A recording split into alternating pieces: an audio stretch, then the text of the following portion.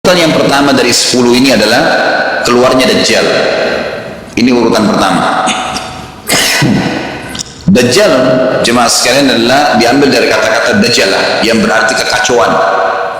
Dajjal ini akan keluar nanti dari negeri Persia, sebuah kota dalam hadis sahih dikatakan dari wilayah namanya Yahudiyah. Allahu alam apakah dia dari turunan Yahudi atau bukan, tapi yang jelas Dajjal nama orang dipastikan disebutkan namanya dan cirinya. Dan dia akan diikuti dari wilayah Yahudiyah tadi, di wilayah Khurasan, kalau sekarang wilayah Iran, negeri Iran sekarang. Diikuti dengan 70.000 dari orang-orang Yahudi Khurasan. Dia akan keluar membuat kerusakan selama 40 hari. Kata Nabi SAW, 40 hari itu sehari seperti setahun, sehari lagi yang kedua seperti sebulan, hari yang ketiga seperti sepekan, dan sisa harinya seperti hari kalian. Ulama hadis mengatakan yang dimaksud adalah sehari pertama seperti setahun, memang setahun maksudnya. Jadi Dajjal akan buat kerusakan setahun, 2 bulan, 2 pekan. Dia akan keliling muka bumi semuanya, dan kata Nabi SAW, seluruh bumi ini akan dimasuki oleh Dajjal. Tidak tertinggal satu lorong, gang, jangankan kota atau desa, kecuali Dajjal akan masuk ke dalamnya, kecuali Madinah dan Mekah. Tidak bisa dimasuki oleh Dajjal. Kata Nabi SAW dalam hadis sahih, karena di setiap pintu gerbang Mekah dan Madinah malaikat menghunuskan pedangnya dan menghalau Dajjal sehingga Dajjal tidak bisa masuk. Ciri-ciri Dajjal disebutkan dalam banyak hadis yang sahih adalah mata kanannya yang paling pertama rusak seperti anggur kering. Kata Nabi SAW dalam hadis sahih, ketahuilah Dajjal buta mata kanannya dan Tuhan kalian tidak buta, karena dia akan mengaku sebagai Tuhan. Mungkin Bapak Ibu tanya, bagaimana bisa orang mau mengikuti dia? Karena dia diberikan kelebihan sama Allah SWT. Dalam hadis sahih juga disebutkan kalau dia masuk ke dalam sebuah tempat, lokasi, wilayah, dan dia mengaku sebagai Tuhan, orang-orang ikutin, maka wilayahnya jadi subur, peternakannya jadi banyak, hujan turun dari langit, tanaman-tanaman mereka jadi subur. Memang fitnah, Allah turunkan tanda-tanda hari kiamat. Kalau wilayah itu tidak beriman kepada dia sebagai Tuhan, maka jadi kering, tandus. Cobaan dari Allah Subhanahu wa ta'ala. Makanya kata Nabi SAW disebutkan cirinya Dajjal mata kanannya rusak dan seperti anggur yang rusak. Kemudian dia orangnya memiliki kulit yang kehitam-hitaman serta memiliki dahi yang lebar.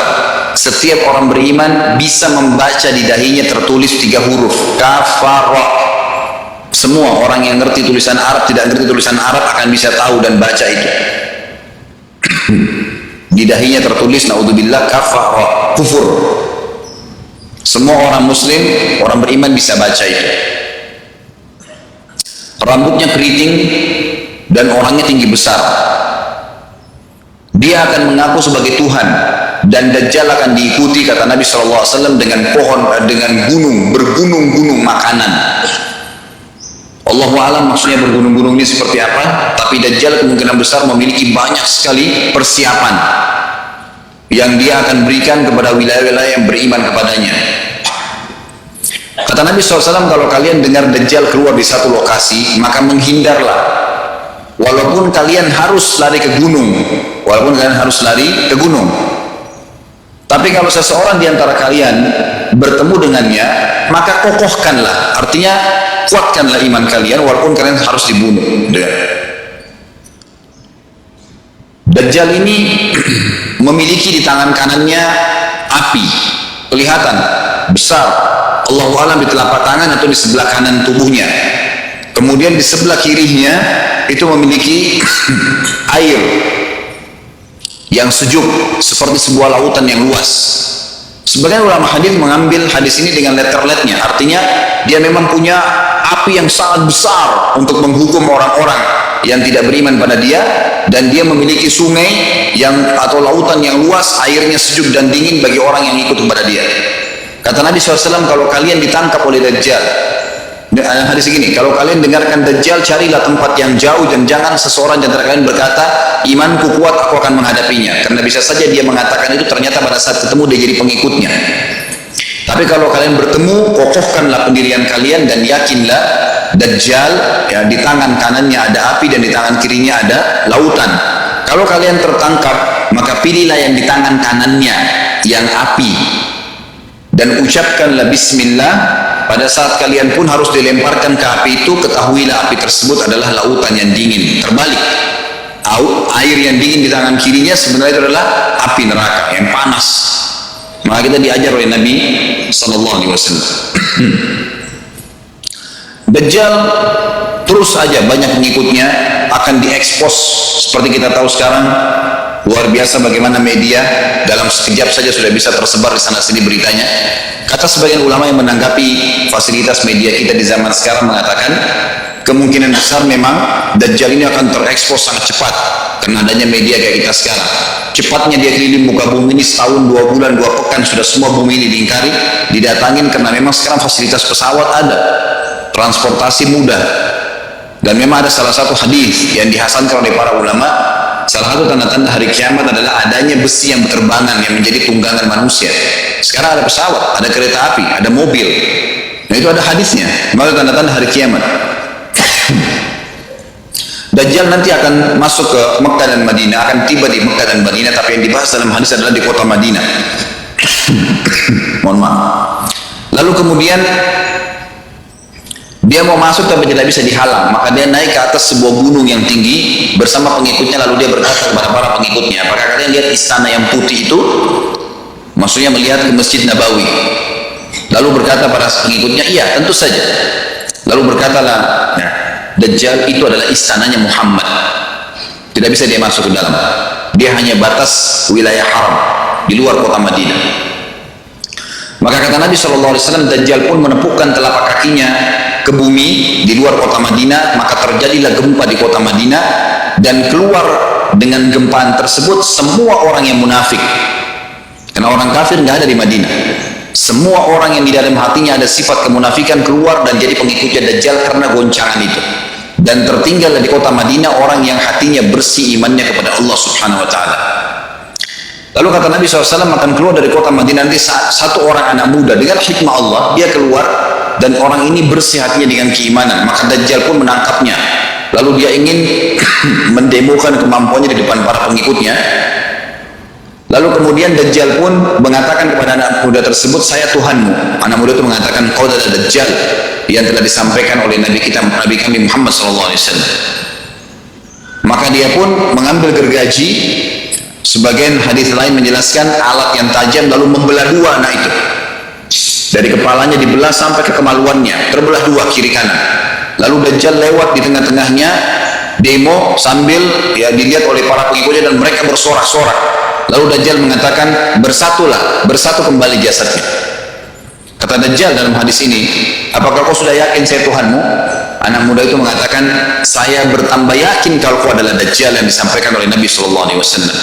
Kata Nabi SAW dalam hadis penutup, ini hadis sahih riwayat Bukhari, riwayat Muslim, ahli sunan, semua menukil tentang masalah Dajjal. Saya tidak sebutkan siapa-siapa perawinya, karena ini semua hadis sahih. Cukup banyak hadisnya, saya satukan saja. Jadi merangkai seperti sebuah cerita.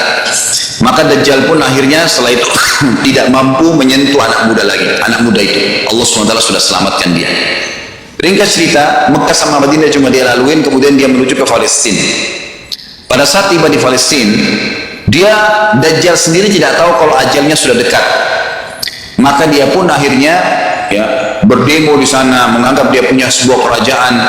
Sampai di daerah Palestina, tepatnya sekarang Israel, subhanallah, direbut wilayah itu oleh Israel tanpa mereka sadari. Dalil-dalil wahyu menuntun mereka ke situ. Ada sebuah kota namanya kota Babelut di Israel. Itu kota itu ada, saya pernah lihat cuplikannya, termasuk kota yang diidolakan di dalam negeri Israel sendiri, namanya Babelut. Subhanallah, hadis menyebutkan nama Babelut. Hadis Nabi SAW dari 1400 tahun yang lalu mengatakan, nanti Dajjal akan berkumpul di sebuah wilayah namanya Babelut di Syam. Maksudnya di Palestina, Israel sekarang. Ada kota Babelut dan orang Yahudi sekarang lagi gencar membangun kota itu dan dianggap kota favoritnya Israel. Subhanallah. Dajjal akan masuk ke sana dan berkurung diri. Pada saat dia tiba di Palestina, waktu yang bersamaan di kota Madinah berkecamuk. Kaum muslimin sepakat semua keluar untuk mengejar Dajjal dan membunuhnya. Keluar dari kota Madinah satu orang yang namanya seperti namanya Nabi Muhammad SAW, Muhammad bin Abdullah, dan dia dari turunan Nabi SAW juga. Kata Nabi SAW, akan keluar nanti ya, seseorang dari kota Madinah, dari keturunanku, yang namanya seperti namaku, Muhammad bin Abdullah, juga sama posternya, parasnya seperti aku, sama dengan Nabi SAW, persis alisnya, rambutnya, kulitnya, dari turunan Nabi SAW, tapi dari asli kota Madinah. Sebagian ulama hadis mengatakan dari turunan Hasan radhiyallahu anhu ajmain. Intinya kata Nabi SAW akan keluar nanti dari kota Madinah, tapi akhlaknya bukan seperti akhlakku. Tentu tidak mungkin ada orang yang sama dengan akhlak Nabi SAW. Kata Nabi SAW, Allah mengubah dia dalam sehari semalam. Tiba-tiba berubah menjadi orang baik dalam sehari semalam, jadi orang faham agama. Lalu orang-orang pun akan datang kepadanya dari masyarakat Madinah berkata, engkau adalah turunan Rasulullah SAW, pimpinlah kami berperang melawan Dajjal. Maka dia pun menolak. Dia menolak awalnya, kemudian dia menuju ke Mekah, diikutin dengan 300 orang pertama dari kota Madinah. Sampai di Mekah, setelah selesai dia tawaf, maka seluruh muslimin menunjuknya sambil mengatakan, engkau harus memimpin kami. Dan orang ini punya julukan Mahdi, dikenal dengan Imam Mahdi. Inilah tanda-tanda kiamat yang kedua. Setelah Dajjal keluar, buat kerusakan di muka bumi tadi selama 40 hari itu atau setahun lebih, kemudian keluarlah tanda-tanda kiamat kedua pada saat dia sudah tiba di kota Babulut di Israel. Keluarlah si Mahdi ini. Pada saat dia tiba di Mekah, dibayatlah oleh banyak kaum muslimin, tidak disebutkan jumlah pasukannya, maka terbentuklah pasukan jihad yang mengejar Dajjal menuju ke Palestina. Lalu keluar tanda-tanda kiamat 3, langsung berentetan semua. Makanya ulama mengatakan tanda-tanda kiamat kecil itu antara satu sama yang lain ada jarak-jaraknya. Tapi kalau tanda-tanda kiamat besar sekali datang, maka datang semua. Gitu. Walaupun memang ada masa, gitu kan, ada masanya. Tanda-tanda kiamat besar yang ketiga adalah pada saat pasukan Imam Mahdi dengan pasukan jihad itu tiba di Darul Bayda namanya, menara kota putih yang ada menara putihnya, dan itu sekarang di negeri Syam, tepatnya di Damaskus, ibu kota Syria. Sebagian ulama mengatakan Masjid Jami' Syam, karena memang menaranya berwarna putih. Hadis menyebutkan di menara itulah, di masjid itulah Imam Mahdi mampir sholat asar bersama pasukannya, dan sudah dekat. Syam, negeri Syam, masuk di dalamnya wilayah itu adalah Israel, yang sekarang Palestina, kemudian Syria, dan ini masjid ada di Syria, di Damaskus. Pada saat itulah datang tanda-tanda kiamat besar yang ketiga, yaitu turunnya Nabi Isa alaihissalam. Kata Nabi SAW dalam hadis Bukhari, hadis Muslim, hadis Sahih semuanya, dikatakan Isa alaihissalam akan turun sambil memegang kedua sayapnya malaikat, dan dari rambutnya yang basah meneteskan air. Pegang sayap malaikat turun, dan semua muslimin waktu itu menyaksikan. Ya, masih hidup zaman itu menyaksikan, dan ini wahyu, penyampaian pasti terjadi. Maka dia pun turun, lalu kemudian dia masuk, dan orang-orang pada saat itu mengenalnya kalau dia adalah Isa, dan mereka sudah tahu ini masanya, turunnya, keluarnya Dajjal, ini Mahdi sudah ada, mereka tahu akan turun Isa, sudah ada informasi seperti yang disampaikan ke Bapak Ibu sekarang, itu muslimin di zaman itu sudah tahu semua. Maka Isa pun alaihissalam waktu itu dipersilakan oleh Mahdi untuk jadi imam, maka dia pun mengatakan tidak, imam dari kalangan kalian. Dan kata Nabi SAW, ini kemuliaan bagi umat ini, karena Nabi sholat di belakang umat ini. Semestinya kalau ada Nabi, pasti Nabi jadi imam, tidak mungkin digantikan oleh manusia biasa. Tapi waktu itu Imam Mahdi menjadi imam, dan Nabi Isa sholat di belakangnya. Perlu anda tahu juga hadis Nabi SAW yang sahih yang berbunyi, kalau Musa dan Isa hidup di zaman aku sudah diutus, niscaya keduanya akan jadi pengikutku. Dari memang kena kebenaran agama ini dibawa oleh Nabi SAW. Baik, sholatlah mereka, kemudian mereka menuju ke Palestina. 3 tanda-tanda kiamat sekaligus terjadi. Pada saat menuju ke Palestina, tiba di pintu gerbang Babulut. Dan di wilayah Babulut ini, kata Nabi SAW, nanti Isa akan masuk dan memburu Dajjal. Dan setelah membunuh Dajjal, maka seluruh pengikut Dajjal dari kaum Yahudi akan bersebaran, sembunyi di bawah batu dan pohon, di atas batu dan di bawah pohon. Semuanya batu dan pohon itu akan berbicara kepada setiap pasukan mujahidin, berkata, wahai muslim, ini Yahudi di atas saya atau di bawah saya. Batu bilang ini Yahudi yang sembunyi, yang pohon mengatakan, wahai muslim, ini Yahudi, bunuhlah dia. Maka dibunuhlah orang-orang Yahudi tersebut yang menjadi pengikut Dajjal oleh kaum muslimin, kecuali satu pohon, namanya pohon Garqat. Pohon Garqat ini pohon yang daunnya kadang-kadang agak kering dan ada duri-duri, ya, batangnya ada durinya. Subhanallah, pohon ini dikenal dengan pohon Yahudi karena satu-satunya pohon yang tidak akan bicara nanti adalah pohon ini. Dan apakah Bapak Ibu sudah tahu sekarang pemerintah Israel besar-besaran menanam pohon ini? Subhanallah, kalau Anda lihat di berita tentang apa yang sekarang ditanam di negeri Israel orang Yahudi, maka yang paling banyak adalah pohon Garqat. Bahkan cuplikan yang saya lihat tentang Babu Lut itu pohon Garqatnya sudah sangat besar-besar, diameter sudah 3 meter 4 meter ke atas. Mereka sangat tahu tentang hadis ini.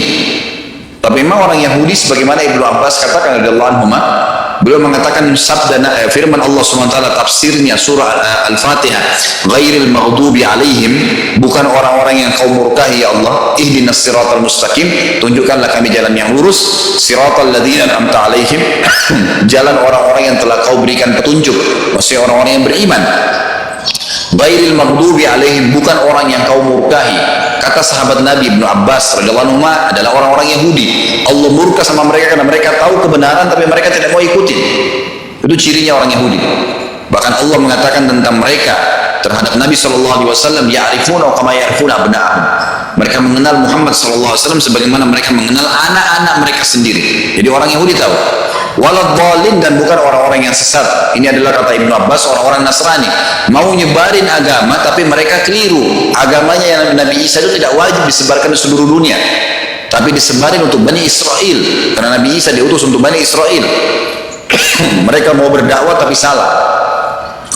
Ringkas cerita adalah Nabi Isa alaihissalam akhirnya tiba dengan pasukan mujahidin di depan pintu gerbang Babu Lut. Kemudian orang-orang Yahudi tidak kenal, tidak tahu Nabi Isa, tidak tahu tentang itu Mahdi. Mereka belum tahu ini. Mereka berbangga-bangga saja. Lalu mereka berkata kepada Dajjal, ada pasukan, segelintir pasukan yang mau menyerang kita. Dajjal mengatakan, bukakan pintu gerbang. Mereka tidak akan mampu melawan kita karena pasukannya mereka banyak memang. Maka Dajjal dengan sombongnya menunggu di depan pintu gerbang. Pada saat dibuka, Dajjal kaget melihat ada Isa alaihissalam. Dan pada saat itu kata Nabi SAW, Dajjal faham kalau sudah tiba ajalnya. Begitu melihat Isa alaihissalam, dia lari dan badannya sambil meleleh di depan para pengikutnya.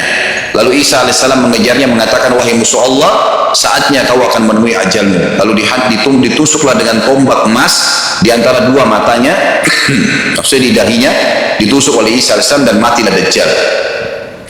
Pada saat Dajjal mati, pengikutnya pada ketakutan semua. Mereka anggap Dajjal Tuhan, mereka anggap Dajjal orang yang perkasa lah, orang yang kebal lah, beragam macam kelebihan. Mereka kaget pada saat mati, maka bertebaranlah mereka dan akhirnya mereka sembunyi di bawah pohon dan batu, di atas batu. Kemudian seperti saya katakan tadi, hadis menjelaskan batu dan pohon akan memberikan penjelasan, hai muslim ini Yahudi, bunuhlah. Maka dibunuhlah pada saat itu mereka. Lalu Nabi Isa alaihissalam memimpin di muka bumi, dan kata Nabi SAW, pada saat itu Islam, agama Islam yang dibawa oleh Nabi SAW akan masuk ke semua rumah di muka bumi, gak tersisa. Satu dunia ini semuanya Islam. Hadis sahih, kata Nabi SAW, Islam akan masuk ke setiap rumah, biizzil aziz au bidhilli dhalil, dengan kemuliaan atau terhina. Yang tidak mau terima dibunuh. Nggak ada lagi penolakan terhadap Islam. Itu hadis sahih.